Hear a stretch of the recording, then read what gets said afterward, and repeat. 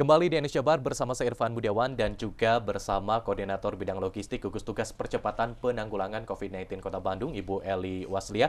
Bu Eli tadi disampaikan hanya 30% kapasitas pengunjung yang boleh masuk ke dalam mal. Bagaimana teknis di lapangan, terutama juga bagi masyarakat yang ingin mengunjungi mal yang telah dibuka tersebut, Bu Eli? Ya, memang ada beberapa mal yang mensyaratkan atau mewajibkan pakai barcode ya. Jadi dia boleh masuk dengan ada pengisian data pribadi dulu, selain dengan SOP yang pengukuran suhu ya, wajib pakai masker gitu.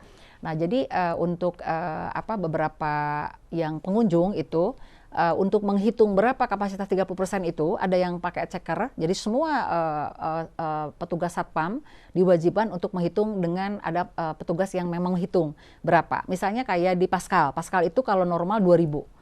Berarti kalau 30% itu kan 700. Nah, ini menghitung dari 2 pintu masuk, misalnya dari 2 apa 3 pintu masuk itu saling berkoordinasi berapa yang masuk, berapa yang keluar. Itu ada petugas checker. Tapi ada juga yang memang sudah sistemnya udah otomatis gitu. Pakai thermal kamera itu yang berapa yang masuk, berapa yang keluar, dan berapa yang masih ada di mall. Itu ketahuan sekali gitu. Dan kemarin saya coba waktu di Paskal, misalnya saya masuk ke satu gerai tenan Zara. Nah, itu begitu masuk ke Zara, saya cek, saya coba, di situ dia ada petugasnya khusus, misalnya kapasitasnya 120, dengan area 3 gerai ya, cukup besar, hanya 120, dan saya lihat baru 92, berarti masih ada 28 pengunjung yang boleh masuk gitu. Itu sudah, kalau menurut kami, hemat kami, evaluasi kemarin pada saat hari pertama sudah cukup tertib gitu.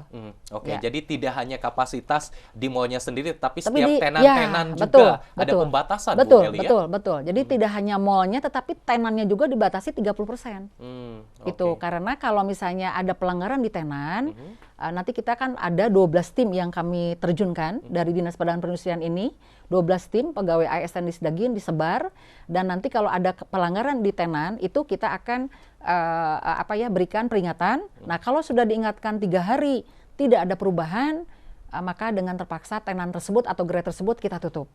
Nah, tapi kalau pelanggarannya ada di area tanggung jawab manajemen mall, misalnya dari pintu masuk ya, ada kerumunan di area-area yang bukan tenan, nah itu berarti dengan kita kasih peringatan secara lisan, tertulis dari kami, dari Kepala Dinas Perdagangan Perindustrian, dan kalau tidak diindahkan, dengan terpaksa mall tersebut kami tutup kembali. Gitu. Ketika protokol keamanan kesehatan dilanggar, ancaman tidak beroperasional bisa kembali dilakukan, Bu Eli ya? Betul. Oke, baik. Berbicara soal tenan nih, Bu Eli. Siap.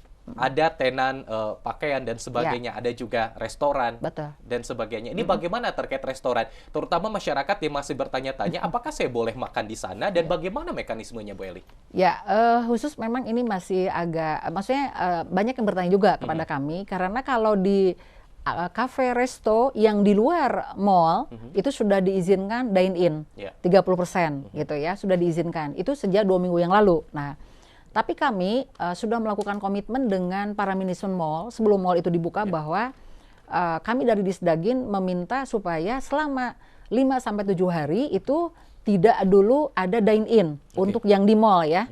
Ini yang di luar mall sudah dibolehkan. Nah, tidak ada dulu dine-in, hanya take away. Nah, tapi memang kemarin karena seperti mohon maaf, PPJ itu kan di depannya kan semua itu gerai makanan ya. Nah, karena ada peraturan bahwa nanti tidak boleh diizinkan dulu dine-in, makanya mereka memilih tutup dulu.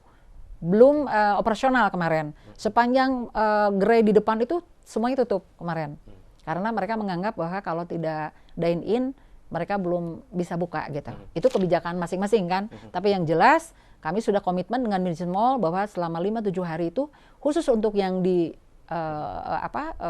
kafe resto yang ada di dalam mall itu belum kami izinkan untuk dine-in. Oke, selama 1 pekan tidak boleh dine-in terlebih dahulu untuk restoran ataupun juga tempat makan yang ada di mall, Bu ya. Oke, terutama karena seringnya ngumpulnya kan di situ. Betul, itu dia yang menjadi banyak berkumpul masyarakat. Baik, Bu. Dan juga bagi masyarakat yang memasuki mall, apakah ada durasi yang ditetapkan? Kalau kami, karena kan mall itu gede ya, nah gitu, dalam arti kata saya sudah meminta kepada para manajemen mall supaya warga yang belanja itu langsung kalau sudah selesai belanja tuh tidak berkumpul, tidak langsung pulang. Dan kami juga mengharapkan tidak ada kerumunan-kerumunan setelah belanja itu ngobrol gitu di mall-mall ini. Jadi pemahaman mall seperti yang sebelum pandemi itu jangan sampai ada di saat pandemi ini gitu. Gitu. Oke. Jadi memang sekali lagi masyarakat ketika ingin datang ke mall betul-betul hanya melakukan kegiatan berbelanja, setelah itu selesai Langsung pulang. langsung pulang. Iya, Ya? betul. Karena yang warga Kota Bandung yang belanja ke mall itu adalah memang yang betul-betul ada sesuatu yang harus dibeli. Setelah beli, setelah selesai apa yang dibelinya sudah selesai, ya balik lagi ke rumah. Lebih aman ada di rumah kan. Oke. Gitu. Bagaimana terkait tempat Ya. hiburan atau entertainment yang ada di beberapa mall ini, Bu Eli? Ya, betul. Jadi perlu kami sampaikan juga memang sejak komitmen awal bahwa untuk area bioskop, karaoke, salon yang kontak langsung ya, salon, spa, area bermain anak itu tidak kami izinkan terlebih dahulu. Jadi tidak boleh ada di mall itu yang salonnya buka atau bioskop, karaoke, spa atau area bermain anak itu semuanya tidak boleh dibuka dulu. Dan itu sudah tertuang dalam Perwal PSBB nomor 34 ini gitu Oke. kan. Banyak masyarakat ketika mengunjungi sebuah mall, Bu Eli, membawa anak biasanya. Nah, ini bagaimana menyikapi hal ini, keterbatasan ataupun juga terutama juga mengenai anak-anak ini juga rentan terkait COVID-19 ini, Bu Eli? Ya memang kami menghimbau untuk yang ibu hamil ya, dan yang orang tua yang sudah sepuh ya, di atas 60 tahun mungkin ya, yang memang berisiko tinggi gitu ya. Dan juga anak-anak ini sebaiknya tidak dulu dibawa ke mall gitu, tidak dulu dibawa ke pusat perbelanjaan. Memang tidak secara tertulis ada dalam Perwal, tetapi kami menghimbau. Dan ada juga beberapa pusat perbelanjaan yang memang secara tegas tidak mengizinkan anak di bawah 7 tahun masuk. Itu secara tegas, seperti di Living Plaza, di Fesling itu sudah ada. Tegas tidak boleh masuk gitu ya. Nah ini memang kami sih menghimbau jangan dulu lah bawa anak-anak gitu ya. Karena area bermain anaknya juga belum dibuka. Oke, belum baik, dibuka. baik.